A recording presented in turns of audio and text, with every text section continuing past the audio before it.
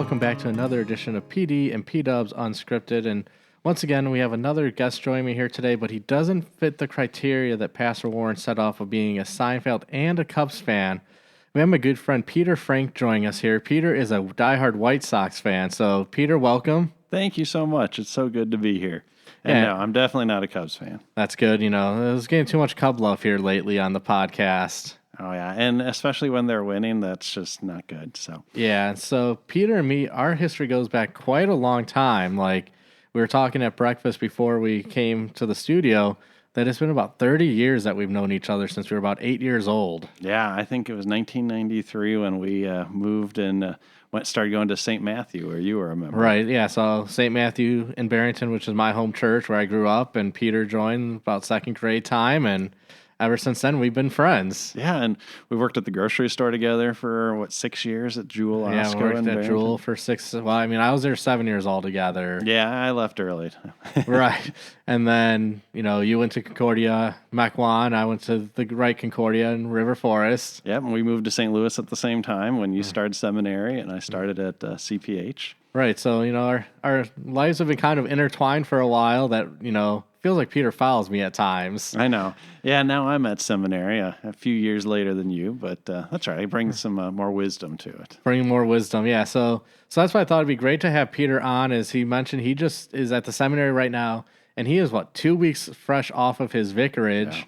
And for those that are maybe unfamiliar with the term vicarage, because it is a unknown term for a lot of people, pretty much it's an intern pastor. Yeah, we vicarage vicar means substitute, so like a substitute pastor, which is kind of strange because I was working under a pastor, not filling in for a pastor. Yeah, that's why I always go, it's like an internship. Yeah, pastoral intern is a better way of describing it. So I thought he could come and share his experience with his church, St. Stephen's in Hickory, North Carolina, and I can, reflect about my vicarage and Redeemer Lutheran Church in Bartlesville, Oklahoma.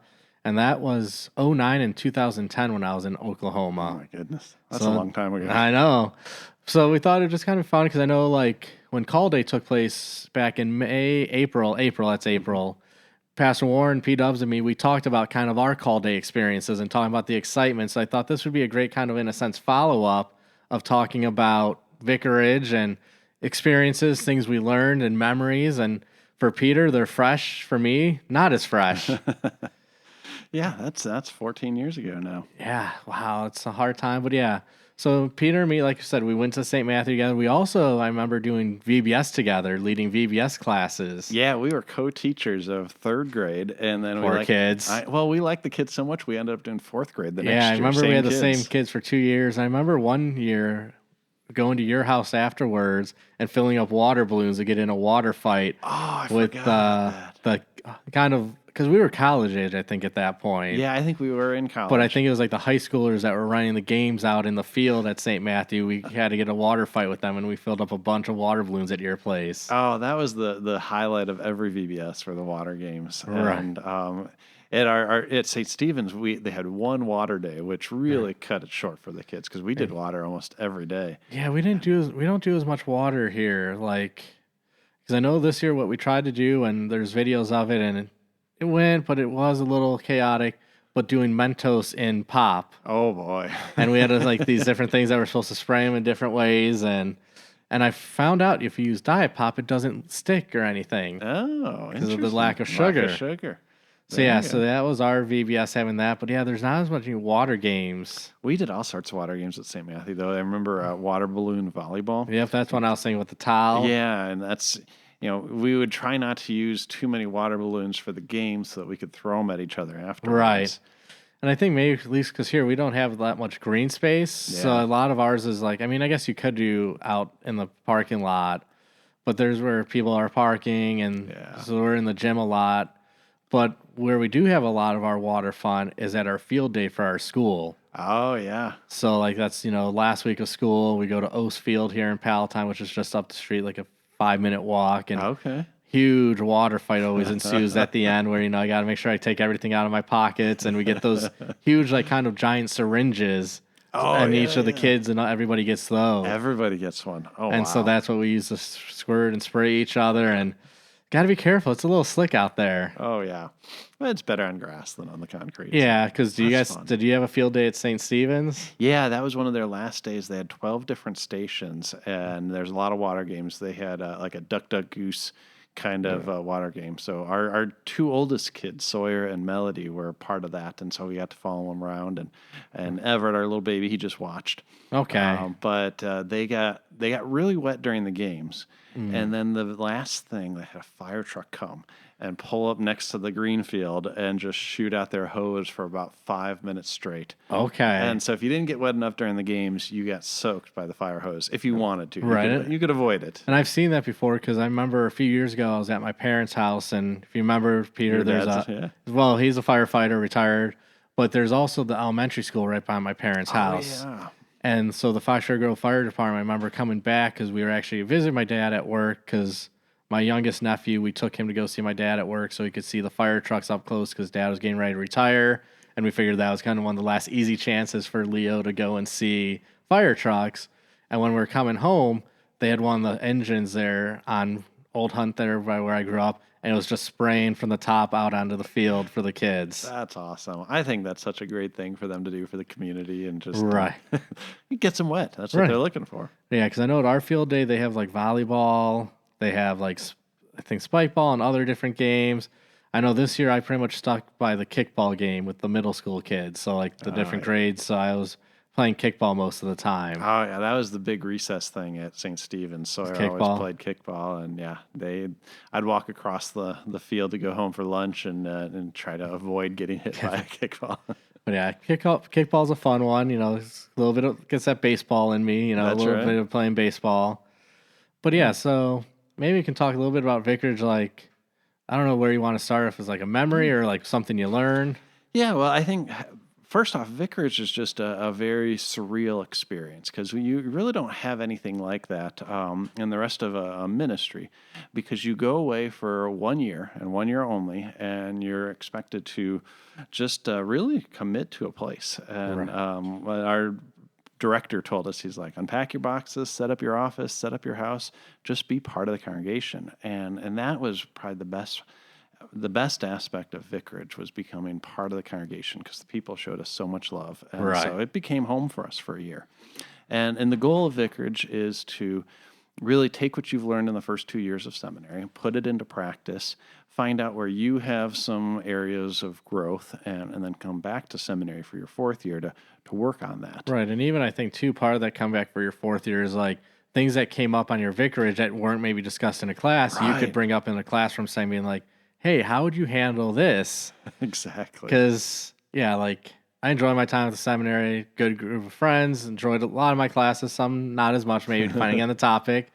But to me, that year of Vicarage was the most valuable because you got that real life experience. And maybe that's because I'm more of that hands-on kind of learner like that, of like, and then kind of learning and seeing it in action, being like, okay, this is like, to me, I remember like when it kind of became real for me in a sense, was like, it was maybe my first week in town, and you know, I lived in the parsonage, which was right next to the church, but I remember being on the internet on AOL Instant Messenger. Remember that in the good old days.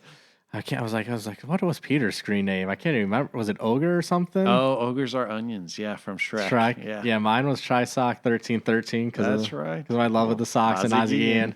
But with that, I remember it was the first week I was in town, and and at that point AOL was kind of, people still use that now, it's defunct. But I saw in the youth, you know, I was like, here's my screen name. But I remember one of the kids like at 10, 11 o'clock at night sending me a message being like, hey, my parents are fighting. I think they're going to get a divorce. Oh, wow. But I was just like, in the first week of being there, that trust that kid showed, and be like, oh, this is real world stuff of like, here's people coming to me with their struggles, and a kid, you know, at the time he was a high school age student, but I was like, that's one of those ones, because like even now I tell the kids, like, listen, if you have a problem or an issue, you're better likely to text me, because I'll see that if it's later at night. If you Snapchat me after a certain point at night, I'm not going to look at that. Right. Setting those boundaries. But that was one of those, I'm like, but if you text me and say it's some sort of emergency late at night, I will respond if I see it and I'm awake. Yeah. So that was like a conversation with that youth. I'm just being like, hey, you know, just trying to help support him through that. And Yeah. that was one of those like that was like that real moment of like, oh, here's actual ministry. That trust aspect is a key part. That's Right. something I really noticed too. Was just there's a that being in that role, that office, Right. people automatically trust you more, and there's a humility and a responsibility that comes Right. with that. It's that humbling and like I hope I lead in the right way or don't misuse their trust.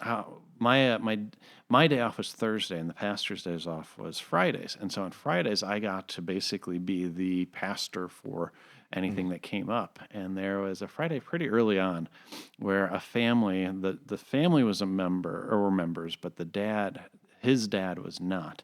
And he was in the hospital in his last hours. And the family called up and asked if somebody could come and be with them and pray with them. And so I was there. And to walk into a hospital room there was about 12 people there. They'd come in to be with him.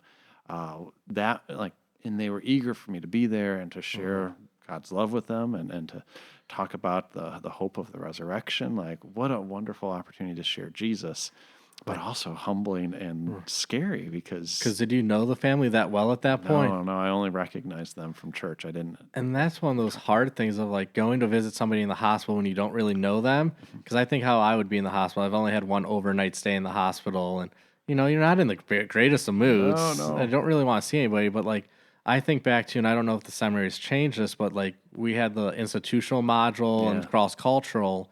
My institutional module is working at the one hospital in Illinois yeah. as it was a memorial or something. Yep. And so, like, I remember then going in and like trying to visit people, and that was to me an awkward and uncomfortable thing at that time because it was like, here I am going into this hospital room, not knowing this person, and be like, hey, I'm with the chaplain's department. Would you like a pastor visit? Or I'm starting to be and somebody like, nope. And it's like because you don't know. I mean, you might know a little bit of their faith background about how active they are, and it's like this is like the first time I'm meeting you is in the hospital, not the prime choice of when I want to meet somebody for the first time. I mean, it's different compared to like when you're a pastor and it's somebody from your congregation where you know them and you have that connection. You already have a relationship in place, and you know what to talk about. Right. Yeah, that's the difficult part about Vicarage is because they are willing to trust you with that relationship that is not even there yet. Right.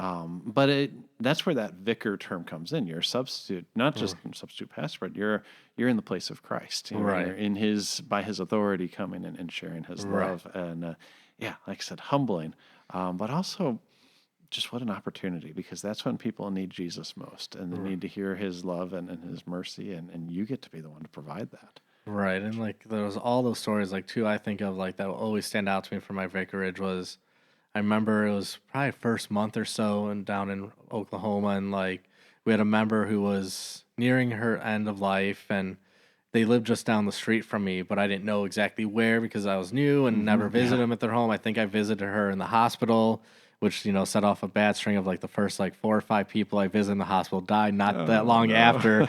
And my senior pastor was like, "Don't come visit me if I'm in the hospital." I was like, I know, I'm like the angel of death. But I remember like we were like, okay, he's like, hey, because he lived a little bit further out in the town than I did, so he's like, hey, let's grab lunch and then we'll go see this person and visit with them, so that way in case something happens over the weekend, you can get there quicker because you're just down the street. Yeah. I don't remember what we did first, lunch or visit, because it's been, 14 years ago. But what I remember was we visited with her and her husband, and then we said the Lord's Prayer, and like 2 breaths after we said Amen, she passed away. Oh my goodness. So it felt like she was just holding on for that final Amen of the Lord's Prayer, which was like one of those like, that is such a God thing. Yeah. And like whatever decision we made for lunch or visit first, we made the right decision so that we were right there with her, which was probably, I think, the second person I was with when they passed in my lifetime, because I was there when my great aunt passed away, or great great aunt.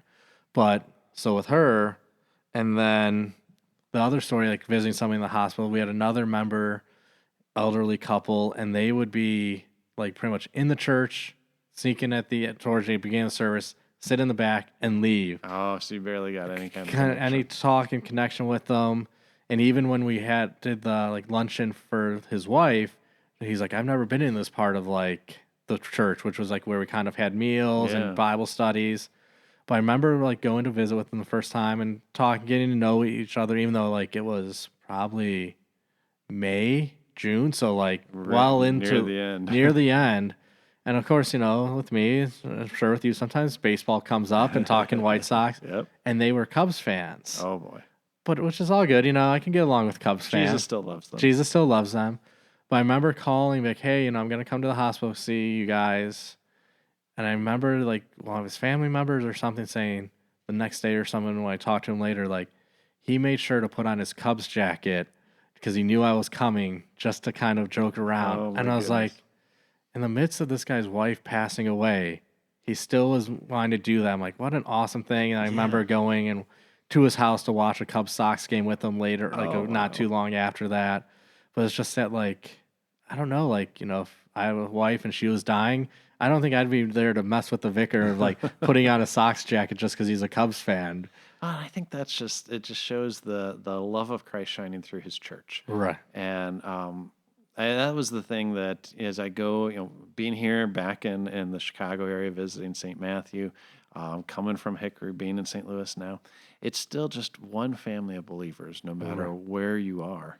Right. And it's just such a cool experience to have that love and that trust already in place because of Christ. Right. I think it's like I've experienced it preaching at other churches when I'm filling in, and I know you got to fill in at a few different churches in South or North Carolina there. Yeah. Yeah, it is.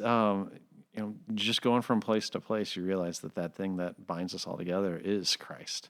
Right. And as you're talking about that gentleman, it reminded me of probably the most humbling experience I had. I got to know this older gentleman. His wife had passed away 10 years ago, and he was homebound, and I visited him on a monthly basis. And he passed in my last month there. And his family said, you meant so much to him. We would love for you to deliver the message at his funeral. Wow. And so I had preached one other funeral for a member who hadn't visited in 35 years.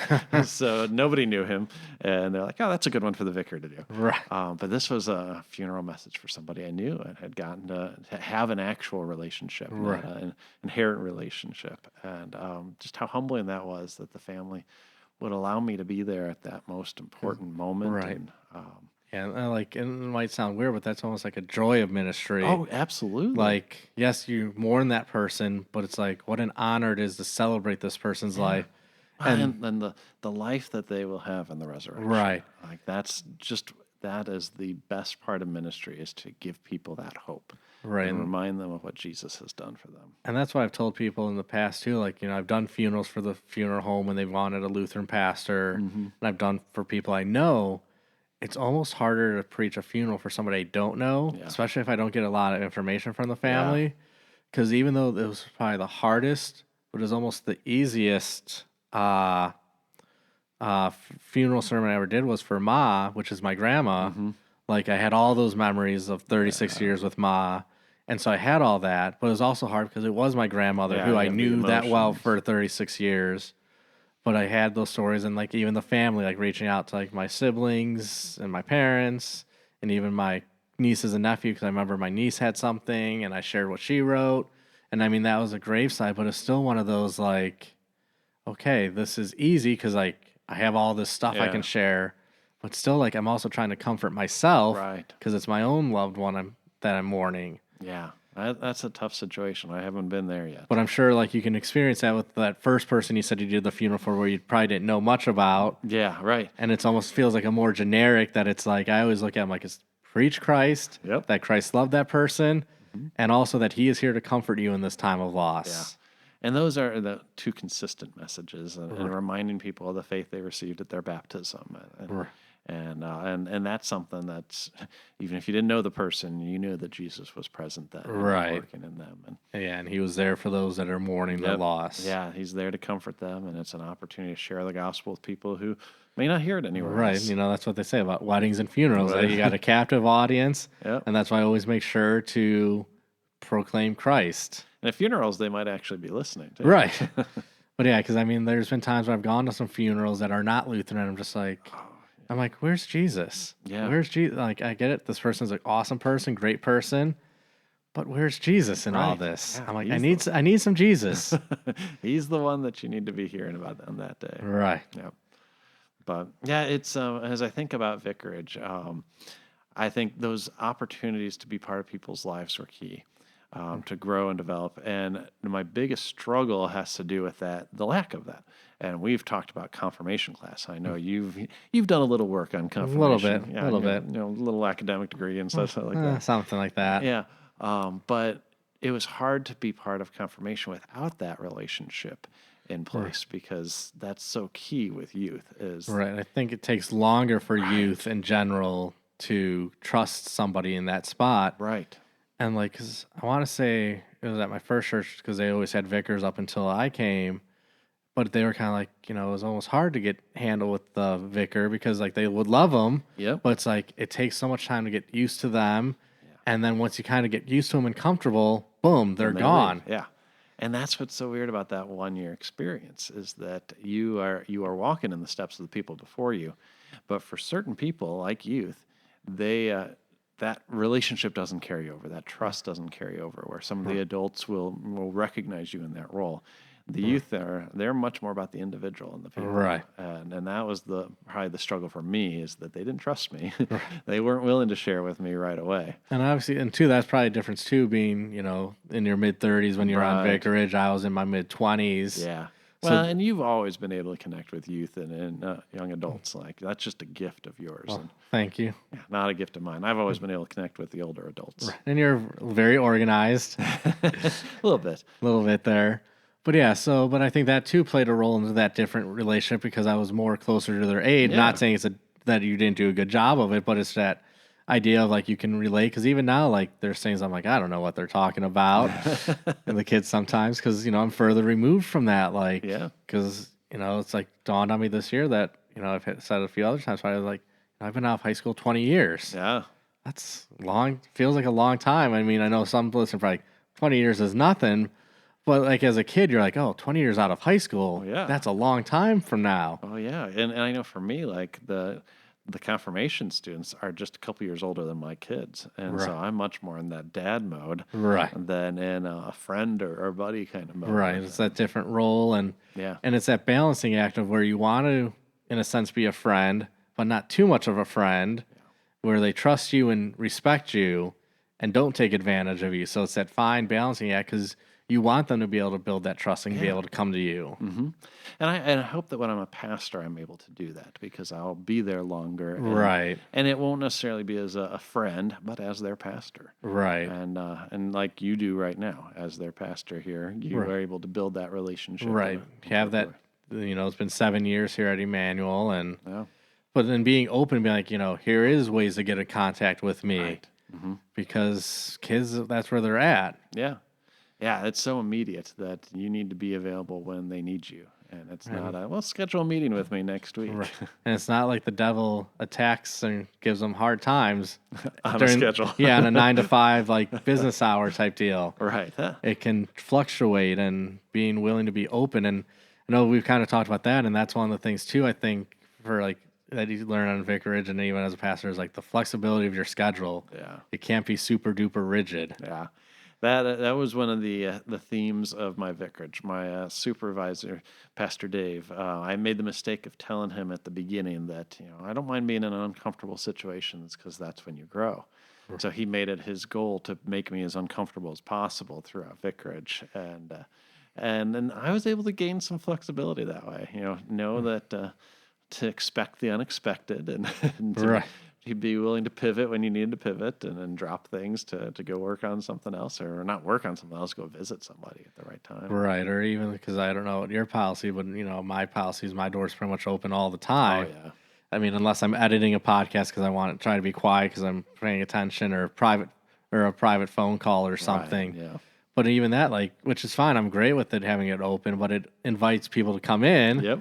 Unexpectedly, and sometimes those can kind of slow down when you're working on something, which is fine, but it's like, okay, didn't get this done, but ministry was happening, which is more, that's just as important. Yeah, and I'm coming from corporate world and marketing where it's all about getting things done and to-do lists and that's been a a change for me, but a good change where people are the focus, not Right. tasks. But yeah, that's what it's about. Is like I still go back to what President Meyer said when we graduated. He's like, love your people.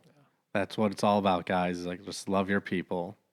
And not everybody is real lovable for us, but Right. they're all loved by Christ. Right. And that was a cool experience of Vicarage, of just realizing how quickly I could love people because I was looking at them from a different perspective, Right. looking at them through the eyes of Christ and not through my own eyes. Right. Uh, And I don't know about you, but one thing I really appreciate at my vicarage, what my supervising pastor did was he's like, listen, I'm not trying to make you how I am as a pastor. You need to figure out what works for you. I'm here to help and guide and give you suggestions and talk to you about, but you got to figure out what works for you. Yeah, that was a really cool aspect of being at St. Stephen's, is that the pastors there's two pastors, a senior and an associate, and they're very different in personalities and different from me too. Right. And they really emphasize that. Just be yourself, whether it was from preaching or teaching. And I always try to fit into the context. Right. But it did help me figure out what works for me. And they like to preach from a note, like an outline with notes. And I did that some, but I find that preaching without notes, I feel more natural with that. Okay. And they were totally fine with that, even though Pastor Dave said near the end, he's like, it always makes me nervous and uncomfortable when you go up there without notes. I'm like, good. I'm glad I could give it back. Yeah, give it back. But they never tried to force me to do anything the way they did it. Right. I mean, and I've done both where I've preached off of notes or an outline, full manuscript. Yeah. And that's where I think on Vicarage I learned, and like when I do work on like trying to memorize a sermon, like I don't know how this started in me, but I know it was on Vicarage. But like I can't just sit and look at it. I gotta walk. Like if I'm gonna memorize it, like I remember walking around the sanctuary at Redeemer, walking around the parsonage. Remember doing the same thing at Salem, walking around, and like I don't know, maybe because it's like it might be a little distraction. I know sometimes even at my house when I'm kind of going through it, I would be putting maybe something away as I'm like kind of going through it in my head. But I was like, maybe it's because as you know, there's a lot of distractions, people getting up and different things.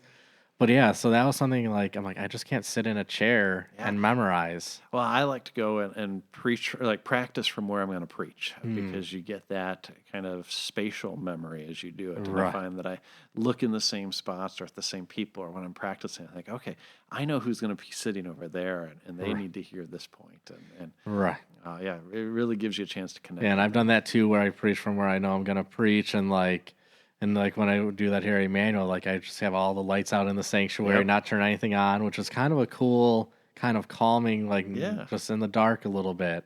I mean, I know our sanctuary lights up pretty well with the big glass there wall. Yeah, absolutely. Yeah, but we're just there. I was showing Peter around Emmanuel a little bit. But yeah, so what else, like anything else you want to share about Vicarage? Well, let's see. I'd say probably the cool part for me, which I was probably most apprehensive about and ended up becoming really the best part of Vicarage for me. I was working with the new youth director. So they, when I, on call day, shortly thereafter, they had their DCE, their Director of Christian Education, took a call to a different organization. And so they were in the middle of a call process when I got there. And I found out that that one person who was a lay member who had been volunteering with the youth group for 15 years, had put his name in the hat for possibly being hired for that job. And so they were looking at a DC from another church.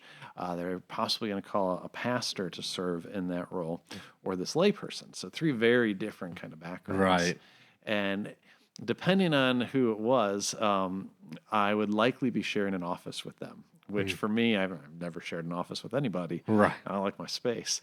And so I was like, oh, good. I'm going to share an office with a layperson. Like, that's going to be an interesting experience. And ended up, he got the job unanimously. Everybody wanted him. And I hadn't really gotten to know him at all until I started sharing an office with him. And we became great friends. And we worked on confirmation together.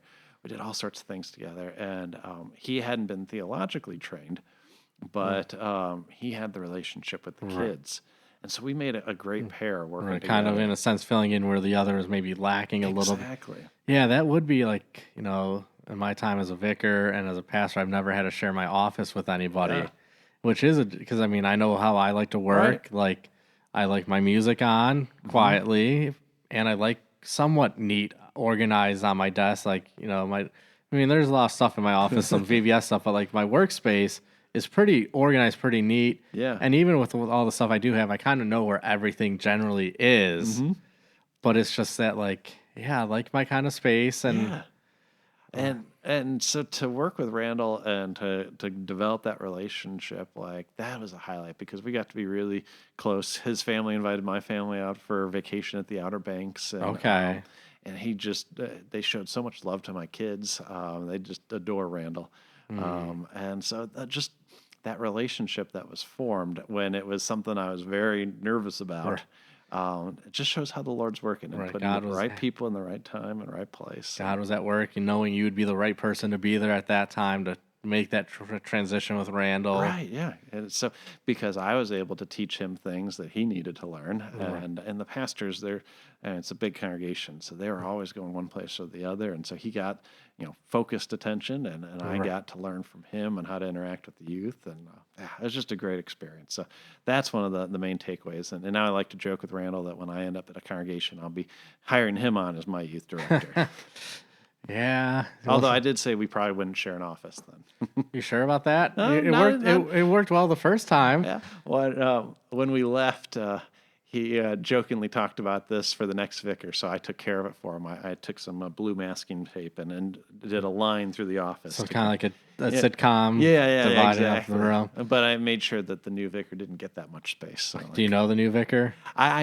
we've gotten to know each other since Call Day. I didn't know him before Call Day, Okay. but we've been interacting and texting back and forth. Okay. And, Yeah, he's been asking me different things, and Yeah, because I mean, I knew a little bit the vicar that followed me at Redeemer. I think he was a classmate of mine. Was it Bangert?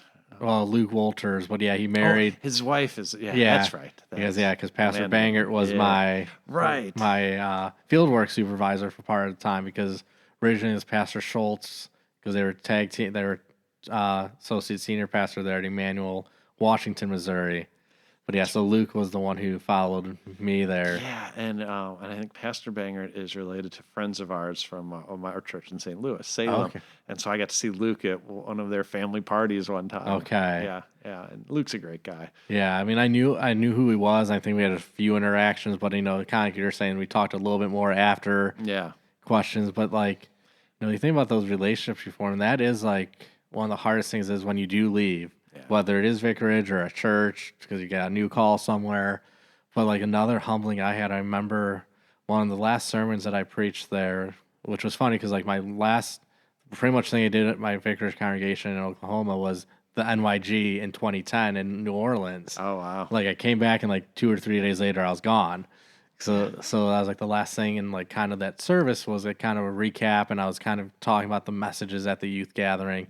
And I mentioned the poem Footprints, which is a poem I love. Mm-hmm. And one of our members, and he was an awesome guy. He was an elder. His name was Ed. But he would call every single person in the congregation on their birthday and start singing happy birthday. He even did that a few times after I left Vicarage. Oh, my goodness. But they had like a thing hanging on their wall in their home with the Footprints prayer on. And they took that from off their wall and gave that to me. Oh, wow. So I was like, that is a really humbling thing, thinking this was a decoration or something they had up in their home. Yeah. And they thought enough to give it to me at my going away celebration. Wow. So that was a really humbling, like, wow.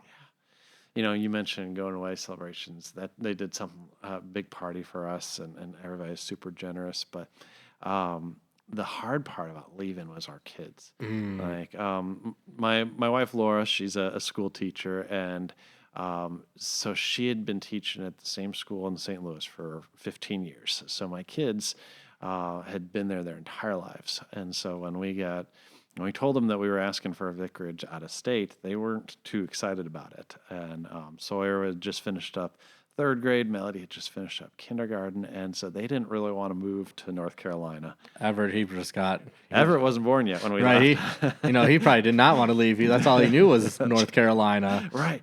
But so they quickly became involved at the school, and everybody there showed them so much love that when we were getting ready to leave, like, nobody wanted to leave North Carolina because the congregation had shown them so much love, and the church threw us a goodbye party on a Saturday afternoon, But that morning, we invited the kids' classes for what Laura called a final recess. Okay. And I think there's 40-something people that came Wow. out for that, and just like showing how much they loved and appreciated our kids and the relationships that were formed, and tears and everything. And yeah, so now the kids didn't want to go back to their hometown because Hickory was home for Well, them I now. mean, it is St. Louis. I mean, who really wants to go back to St. Louis?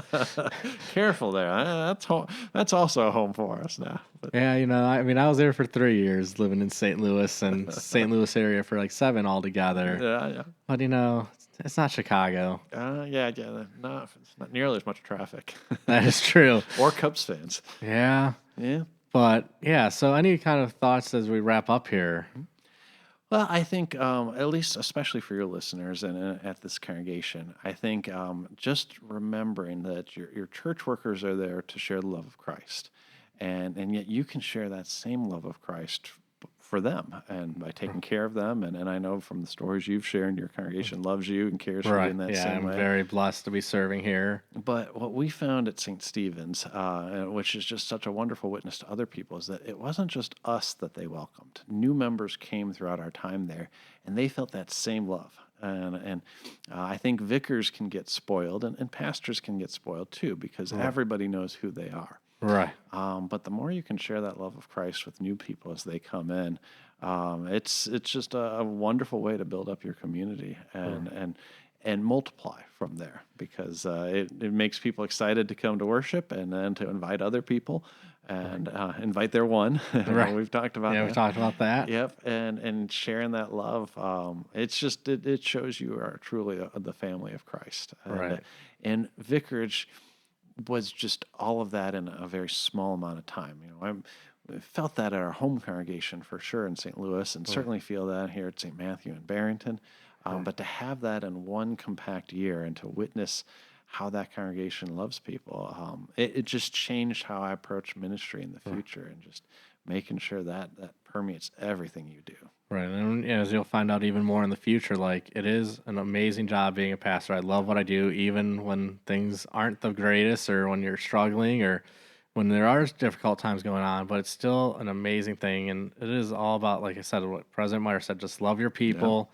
And it's just a very humbling thing, like what people invite you into their lives to be a part of. And I'm very blessed, and I know you experienced it just in this past year, but even more as you get ready to prepare for your first call in a year, because about this time next year, you'll either be there or on your way to that first call. Yep, absolutely. Wherever that might be, anywhere in the country. Right. So, thank you, Peter, so much for joining on. Was this your first podcast being on? Well, certainly my first time here. I've done a number of things in my past career. Yeah, because I remember I kind of did like a video almost podcast on about technology with you. Yeah, we did. When I worked at CPH, I worked at the technology division, and we did live videos every Thursday for a year. Right. And turn those. We never actually turned those into podcasts. But it's kind of it's like a podcast. Yeah. So I forgot I did that with you a few years ago, because I remember I was at Emmanuel when we did that. Yeah, I think we had you on to talk about Snapchat. Something like that. Yeah, and we're interacting with youth, and things we didn't know much about, but you knew a lot about it. Something like that. But thank you so much for having me. It's been a pleasure. Yeah, thank you. And let me say a prayer before we get going here. Dear Heavenly Father, just thank you for this time to get to visit and catch up with Peter, get to hear about his vicarage and what you are doing through him at St. Stephen's there in North Carolina, Lord. We just thank you for his ministry that he's had there, and Lord, continue to train him and help him as he prepares for his first call in the coming year. Lord, just continue to use him to be a witness for your kingdom and share your love with all people. We pray this all in your Son's name. Amen. Amen.